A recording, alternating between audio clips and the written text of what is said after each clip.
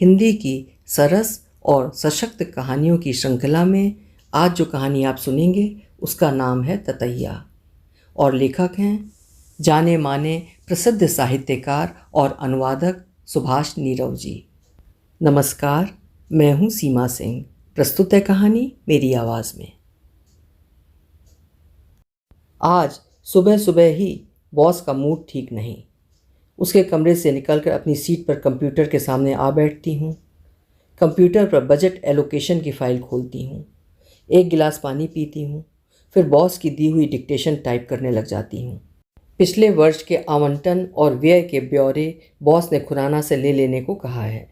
मैं टाइपिंग छोड़कर इंटरकॉम उठाती हूँ और बजट अनुभाग का नंबर डायल करने लगती हूँ।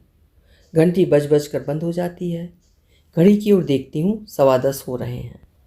11 से पहले न आने वाला आदमी इतनी जल्दी कैसे आ सकता है? चिकना घड़ा है खुराना, कोई असर नहीं होता उस पर। मेरे सामने कई बार बॉस की फटकार खा चुका है। मैं फिर टाइप करने लग जाती हूँ। बीच बीच में जो ब्यौरे खुराना से लेकर टाइप करने हैं उनकी जगह छोड़ती जा रही हूँ। इंटरकॉम बजने लगा है। फ़ोन उठाती हूँ। बॉस पूछ रहा है, हो गया? मैं उत्तर देती हूँ, सर कर रही हूँ, पर सर लगता है खुराना जी अभी नहीं आए हैं। पिछले वर्ष का ब्यौरा तो उनके आने पर ही मिल पाएगा। बॉस ने गुस्से में फ़ोन पटक दिया है। चपरासी गिरधारी कुछ फाइलें उठाए मेरे केबिन में घुसता है। फाइलें मेरी कुर्सी के बगल वाले रैक पर पटक देता है। फाइलों का पहाड़ और ऊंचा हो जाता है। मैडम, आपने इन फाइलों की डायरी नहीं की? गिरधारी के कहने का अंदाज ऐसा है कि ना मालूम होता है कि वो खींचकर पूछ रहा है या यूं ही। मैं उसके चेहरे की ओर देखते हुए कहती हूँ, देख तो रहा है, आज सुबह सुबह ही साहब ने डिक्टेशन दे दी। साहब का काम करूं या तेरी ये फाइलें देखूं? मेरी फाइलें कहाँ हैं मैडम? ये तो सरकारी फाइलें हैं। इन्हें डायरी कर देती तो बाट आता और आपका रैक खाली हो जाता है। गिरधारी मेरे गुस्से को देखकर मुस्कुरा देता है और केबिन के बाहर पड़ी अपनी कुर्सी पर बैठ दाईं हथेली पर खैनी मलने लगता है। घड़ी में 11:15 हो रहे हैं। गिरधारी, देखना खुराना साहब आ गए क्या? इंटरकॉम कर लो मैडम, गिरधारी पलट कर जवाब देता है। बस कोई काम न कह दूं तुम्हें। मैं बगल की रैक पर पड़ी फाइलों को डायरी कर एक तरफ पटके जा रही हूँ। इंटरकॉम फिर घरघराने लगता है। हो गया? बॉस पूछता है। सर, मैंने तो पूरा टाइप कर लिया, कहें तो ले आती हूँ। जब खुराना साहब आएंगे तो उनसे फिगर्स लेकर भर लेंगे। ये खुराना भी। बॉस खुराना को गाली बकता हुआ फ़ोन पटक देता है। मैं उठकर फिर बजट अनुभाग की ओर चल देती हूँ। खुराना अपनी सीट पर बैठा फ़ोन पर व्यस्त है। बातचीत से लग रहा है कि फ़ोन पर कोई सरकारी बातचीत नहीं हो रही, किसी मित्र या रिश्तेदार से व्यक्तिगत बातें हो रही हैं। बीच बीच में हंसी ठट्ठा भी। मुझे देखकर वो सामने वाली कुर्सी पर दाएं हाथ की तर्जनी से बैठने का इशारा करता है। खुराना की बात लंबी होती देख मैं फिर उसका ध्यान नोट की ओर खींचना चाहती हूँ, पर खुराना मुझे घूरती नज़रों से देखने लगता है और गुस्से में फ़ोन बंद कर मेरी ओर मुखातिब होता है। हाँ बोलो, सुबह सुबह क्या पहाड़ टूट पड़ा? मैं नोट उसकी ओर बढ़ा देती हूँ। कहती हूँ, पिछले साल के एलोकेशन और एक्सपेंडिचर के फिगर्स इस नोट के लिए चाहिए। वो नोट लेकर रख लेता और कहता है, छोड़ जाओ, लंच तक भेज दूंगा। सर, डायरेक्टर साहब को अभी ये चाहिए, ज़रूरी है। फिगर्स क्या मेरी टिप्स पर पड़ी हैं? ढूंढनी पड़ेंगी, टाइम तो लगता ही है। खुराना खड़ा होकर मोटी तोंद से नीचे खिसकती पैंट को ऊपर खींचने लगता है। लगता है उसे कहीं जाना है। सर, आप डायरेक्टर साहब से बात कर लें। तुम उनकी पीए हो, खुद ही बता देना कि खुराना साहब ये कह रहे थे। और वो बिना मेरी ओर देखे कमरे से बाहर निकल जाता है। मैं बॉस को वस्तु स्थिति से अवगत कराती हूँ तो वो भन्ना उठता है। तुम्हें वहीं बैठकर खुराना से फिगर्स लेनी चाहिए थी। मुझे ये नोट दोपहर से पहले सचिव महोदय को भेजना है। सर, आप खुराना से बात कर लें, मेरे पास फिगर्स आएंगी तो मैं फिल करके नोट आपको दे दूँगी। ये कहकर मैं बॉस के कमरे से बाहर निकलने को होती हूँ तो बॉस बैठने को कहता है। सर, सीट पर बहुत सारी फाइलें पड़ी हैं। कोई बात नहीं, लंच के बाद कर लेना। कोई काम सर? तुम्हारा केबिन मेरे रूम से दूर है, तुम्हें आने जाने में परेशानी होती है। मैंने एडमिन को तुम्हारी टेबल यहीं मेरे कमरे में लगाने को कहा है। बॉस एक फ़ाइल में सिर गड़ाए कह रहा है। पर सर, मैं वहीं ठीक हूँ, मुझे कोई परेशानी नहीं है। पर मुझे तो है, तुम्हें बुलाता हूँ तो तुम 15-20 मिनट लगा देती हो आने में। सर, सीट पर और भी काम होता है, 5-1 मिनट तो लग ही जाते हैं। कई बार तुम सीट पर भी नहीं होती हो, तुम्हारा टी टाइम और लंच टाइम भी लंबा खिंचता है। दफ्तर की दूसरी महिला कर्मचारी भी तुम्हारे पास आकर बैठ जाती हैं गप्पे मारने। यहाँ रहोगी तो ये सब नहीं होगा। बॉस लगता है मुझे सबक सिखाने के लिए ये सब कर रहा है।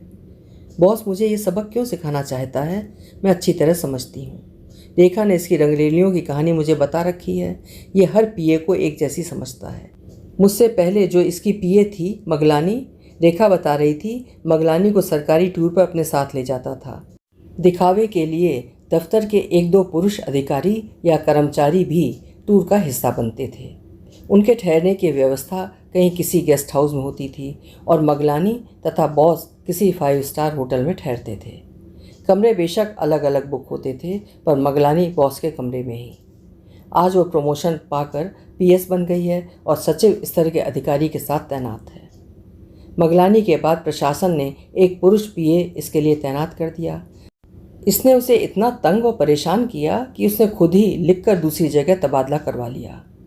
बॉस ने प्रशासन से साफ कह रखा है कि उसके लिए पीए तैनात करते समय ध्यान रखा जाए कि पीए मेल ना हो, फीमेल हो, वो भी देखने में ठीक ठाक। मैं अपने केबिन में आकर कंप्यूटर के सामने बैठ जाती हूँ और मन ही मन भुनभुनाने लगती हूँ। तभी मैं चीख कर केबिन से बाहर की ओर दौड़ती हूँ, गिरधारी भगा तो इसे, ये फिर आ गया कमबख्त।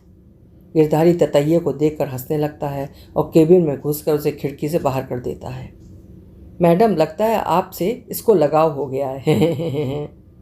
वो फिर अपनी कुर्सी पर बैठकर खैनी मलने लगता है। ऐसा कई बार हो चुका है। जब तक ये ततैया मेरे केबिन में मंडराता रहता है, मैं डर के मारे केबिन में नहीं घुसती। लंच होने में अभी 15 मिनट शेष हैं, पर रेखा अपना लंच बॉक्स उठाकर मेरे पास आ जाती है। हम दोनों एक साथ कैंटीन में जाकर लंच किया करती हैं। पहले हम 3 थीं, मैं, रेखा और मालती। मालती का किसी दूसरे ऑफिस में तबादला हो गया। मैं अपना लंच बॉक्स उठाकर रेखा के साथ चल पड़ती हूँ। लंच करते हुए मैं अपनी परेशानियाँ रेखा से साझा करती रहती हूँ। 2 साल की मेरी बेटी है जिसे मेरी बूढ़ी सास दिन भर रखती है। पति का शादी के 1 साल बाद ही मुंबई तबादला हो गया। बीच बीच में फ़ोन करके मैं अपनी सास से बेटी के बारे में पूछती रहती हूँ। शाम को मेरी हर संभव कोशिश होती है कि हम समय से घर पहुँच जाऊँ, पर यह बॉस है कि ऐन छुट्टी से 10 मिनट पहले बुला लेता है, अर्जेंट काम कहकर। मैंने उसे कह रखा है कि मेरी 5:10 की चार्टर्ड बस है, वो छूट जाती है तो घर पहुंचने में 2-2.5 घंटे लग जाते हैं। पर बॉस को मुझे तंग करने में मज़ा आता है। जैसे बॉस का ये रवैया तब से कुछ ज़्यादा ही बढ़ गया है जब से मैंने इसके साथ शाम को किसी रेस्टोरेंट में बैठने से साफ इनकार कर दिया था। एक दिन शाम को बॉस के कमरे से निकलने लगी तो पीछे से मेरा हाथ पकड़कर खींच लिया। मैंने आंखें तरेरी तो बोला, तुम्हें कुछ देर बैठने को कह रहा था, एक छोटी सी डिक्टेशन ले लो, कल सुबह आते ही टाइप करके फाइल के साथ भेज देना। उसकी आंखों में नाचती शरारत को मैं पकड़ लेती हूँ, पर चुप रहती हूँ। रेखा लंच के समय मुझे बहुत सी बातें समझाती रहती है, मुझसे पुरानी है इस दफ्तर में। जब मैं उसे बताती हूँ कि बॉस मेरी सीट अपने रूम में लगवाने जा रहा है तो रेखा मुझे सतर्क करने को कहती है। बॉस के कमरे में जाया करो तो अपना मोबाइल वॉइस रिकॉर्डर पर लगा लिया करो। बहुत ज़्यादा तंग करे तो वुमेन हैरेसमेंट कमेटी के चेयरमैन बनर्जी को इसकी करतूत लिख कर दे देना, और एक कॉपी एडमिन में भी। हरामी है साला। तुम कोई टेम्परेरी नहीं हो, एग्ज़ाम पास करके परमानेंट लगी हो इस दफ्तर में। ज़्यादा से ज़्यादा तुम्हारी रिपोर्ट ख़राब कर देगा, पर वो भी इतना आसान नहीं है। रेखा की बातें मुझे हौसला देती हैं, मेरे अंदर की औरत मजबूत होती है। लंच के बाद घर से फ़ोन आता है। मेरी सास कहती है, शाम को दफ्तर से समय पर आ जाना, बेटी की तबीयत आज ठीक नहीं है। मैं 4:30 बजे तक सब काम निपटा देती हूँ। गिरधारी साहब के पास जाने वाली फाइलें उठाते हुए कहता है, मैडम और तो कुछ नहीं है बांटने वाला? नहीं, अब जो भी फाइल आएगी मैं कल सुबह करूँगी। आज मुझे समय से घर पहुँचना है, बेटी की तबीयत ठीक नहीं है। मैं गिरधारी को सुनाकर कहती हूँ। गिरधारी साहब के कमरे से लौटकर कहता है, मैडम साहब बुला रहे हैं, कह रहे हैं ज़रूरी काम है, अभी भेज दो। मैं कसमसा कर रह जाती हूँ। कॉपी पेन उठाकर भन्नाई हुई बॉस के कमरे की ओर चल देती हूँ। तभी मुझे रेखा की कही बात याद आ जाती है। मैं अपना मोबाइल उठाती हूँ, उसे वॉइस रिकॉर्डर पर सेट करती हूँ और बॉस के कमरे में घुस जाती हूँ। खुद को संयत रखने का प्रयास करते हुए पूछती हूँ, सर कोई काम है? हाँ बैठो, अभी दफ्तर की छुट्टी का समय नहीं हुआ है। बॉस एक फ़ाइल के पन्ने पलटता हुआ कहता है, सर आज मुझे घर समय से पहुंचना है, मेरी बेटी की तबीयत। अच्छा ओह, पर थोड़ा बैठो, मैं बॉस के सामने वाली कुर्सी पर बैठ जाती हूँ। फाइल पढ़ना छोड़कर वो मेरी ओर एकटक देखता है। देखता क्या, घूरता है, फिर मुलायम बनकर पूछता है, क्या हुआ बच्ची को? पता नहीं सर, घर से फ़ोन आया था कि आज सुबह से तबीयत ढीली है, कुछ भी खा पी नहीं रही। कितने साल की है? सर 2 साल की। दूसरे की तैयारी नहीं की? वो मस्खरी के अंदाज में आ जाता है। मैं चुप रहती हूँ, कोई जवाब नहीं देती। तुम पर साड़ी का एक कलर खूब फबता है, बहुत सुंदर लगती हो, वैसे तुम हो भी खूब। वो कुछ आगे की ओर थोड़ा झुक कर धीमे स्वर में कहता है और मेज पर स्टेनो कॉपी के ऊपर रखे मेरे दाएं हाथ पर अपना बायां हाथ रख देता है। मैं एकाएक उठने को होती हूँ। सर मेरे जाने का समय हो रहा है, मैं चलती हूँ। उसके बाएं हाथ की पकड़ कुछ मजबूत हो उठती है। तुम्हारी नाक पर जो हर समय गुस्सा बैठा रहता है जानती हो, वो भी तुम्हारी खूबसूरती को बढ़ा देता है। मेरा हाथ छोड़िए सर, मैं दांत पीसते हुए कसमसाकर कहती हूँ। तुम मगलानी की तरह इस दफ्तर में ऐश कर सकती हो अगर। तभी मेरे अंदर जैसे कोई बम सा फूटता है। मैं हाथ छुड़ाकर एक जोरदार तमाचा उसकी बाईं गाल पर जड़ देती हूँ और कहती हूँ, हर औरत मगलानी नहीं होती, समझे? और तेज़ी से बॉस के कमरे से बाहर निकल आती हूँ। अपने केबिन में घुसती हूँ तो फिर ठिठक जाती हूँ। वही ततैया फिर मेरी सीट के ऊपर मंडरा रहा है। मैं एक फाइल बोर्ड उठाकर उस पर दे मारती हूँ। निशाना सही बैठता है। वो फर्श पर अधमरा सा होकर तड़प रहा है।